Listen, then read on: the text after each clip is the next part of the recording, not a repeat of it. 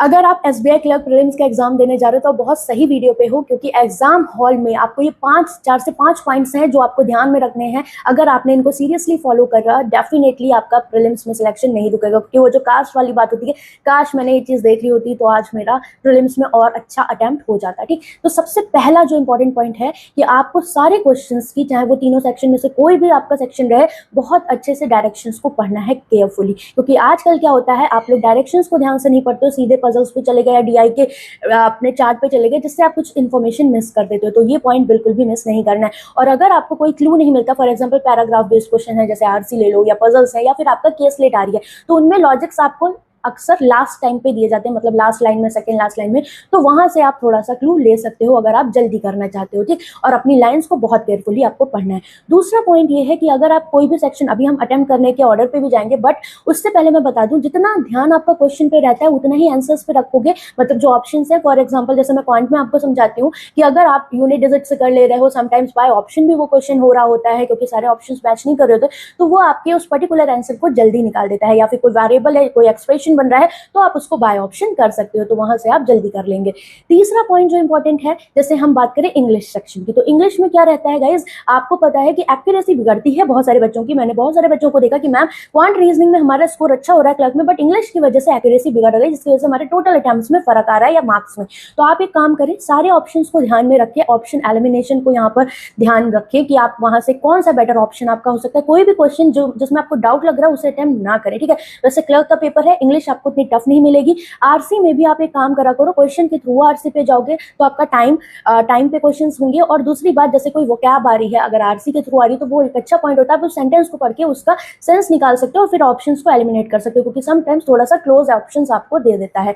इसके बाद जितने भी वन लाइनर्स होते हैं इंग्लिश में, आप उनको पहले अटेम्प्ट कर लें, फिर आरसी को आप बाद में करें। अदरवाइज आपका अननेसेसरी जो एनर्जी है, जो इजी क्वेश्चन है, उनसे हटके आप थोड़ा फ्रस्ट्रेट हो सकते हो, क्योंकि रीडिंग करनी पड़ती है स्क्रीन पे देख के, तो वहां पर टाइम लगता है। तो स्टार्टिंग का जो टाइम है वो अपने वन लाइनर्स को इंग्लिश में देने में आप करें। ठीक, इसके बाद बात आती है क्वांट सेक्शन। तो क्वांट सेक्शन में जो आपका ऑर्डर होना चाहिए, देखो स्पीड मैथ्स के अगर हम देखें, जितना भी अपना प्रीवियस एनालिसिस देखी जाए, जो फरवरी में एग्जाम हुआ था, 10 क्वेश्चन आपको मिलेंगे ही। ठीक है, तो 5 to 10 क्वेश्चन आप मान के चलो, 10 क्वेश्चन आपको मिलेंगे, तो आप उनको ढूंढ के कर सकते हो। फॉर एग्जाम्पल, आप कभी भी, मैं बोलती हूँ, रॉन्ग नंबर सीरीज आई हुई है, तो आप उससे पहले प्रायोरिटी डीआई को भी दे सकते हो, क्योंकि वहां पर टाइम ज्यादा जाने की जरूरत आपकी पड़ जाती है कभी कभी। या फिर आप अगर रॉन्ग नंबर सीरीज अटेम्प्ट कर रहे हो, तो कोशिश करो, अगर 1 मिनट से ज्यादा टाइम या 30 सेकंड 40 सेकंड से ज्यादा टाइम आपका लग रहा है, चलो 30-40 मैं ना बोलूं, 1 मिनट से अगर ज्यादा टाइम पे आप अटक रहे हो तो उसको वहीं लीव कर देना। उतनी देर में आप अर्थमेटिक भी कर सकते हो। ठीक है, तो इस बात को आपको ध्यान रखना है। मतलब क्वेश्चन पे अगर अटक रहे हो तो उसको लीव करना भी आपको सीखना है। बाकी डीआई आपके एग्जाम में इतना टफ नहीं आएगी, बट अगर इनडायरेक्ट डेटा दिया है, तो मैंने आपको सारे टाइप्स कराए भी हुए हैं,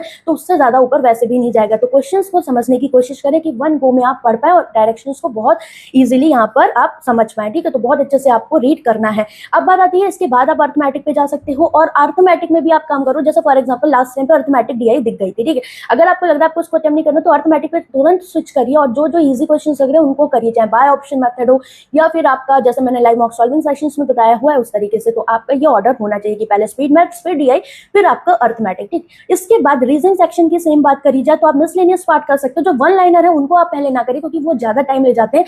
तो आपके जो इजी क्वेश्चन है, सिलॉक्स, इनइक्वालिटी, इनके बाद आपकी जो सिंगल वेरिएबल वाली पजल्स हैं, आप उनको पहले कर लें और उसके बाद आप वन लाइनर्स कर सकते हैं। ठीक है, तो बहुत ज्यादा पैनिक नहीं होना है, क्योंकि पेपर का लेवल आपका क्लर्क का ही रहेगा, बट हम मॉडरेट लेवल तक आपको जाना। मैंने 3 लाइव मॉक सॉल्विंग सेशन आपको क्वांट के लिए भी करवाए थे, आई होप वो आपको हेल्प करेंगे। तो अभी 2 दिन का टाइम है, आप उन्हें देख सकते हो, लिंक मैं आपको कमेंट सेक्शन में दे दूंगी। इसके अलावा अपने जो डॉक्यूमेंट्स हैं उनको बहुत केयरफुली लेके टाइम से पहुंच जाना, क्योंकि ये भी बहुत पैनिक करता है। साथ में अपना कंप्यूटर और अपना जो माउस है उसको अच्छे से चेक कर लेंगे बिफोर स्टार्टिंग योर एग्जामिनेशन, ताकि उसके बीच में आपको प्रॉब्लम ना आए। ठीक है, जैसे अपना एडमिट कार्ड है, आईडी ओरिजिनल, उसका जेरोक्स और अपने फोटोग्राफ्स, ये बहुत इंपॉर्टेंट चीज है, क्योंकि इनके बिना आपको एंट्री नहीं मिलती है। ठीक है, तो ये चीजें आप अपना टाइम से ले लो और टाइम से पहले पहुंचने की कोशिश किया करो, ताकि अपने आप को काम डाउन वहां पर कर पाओ। बाकी शिफ्ट वाइज एग्जाम रहेगा, मैं यही बोलूंगी, कभी भी जो बच्चे एग्जाम देकर आए या वहां जो ज्यादा वहां पर तुर्रम खान बन रहे हैं उनसे डिस्कशन ना करें।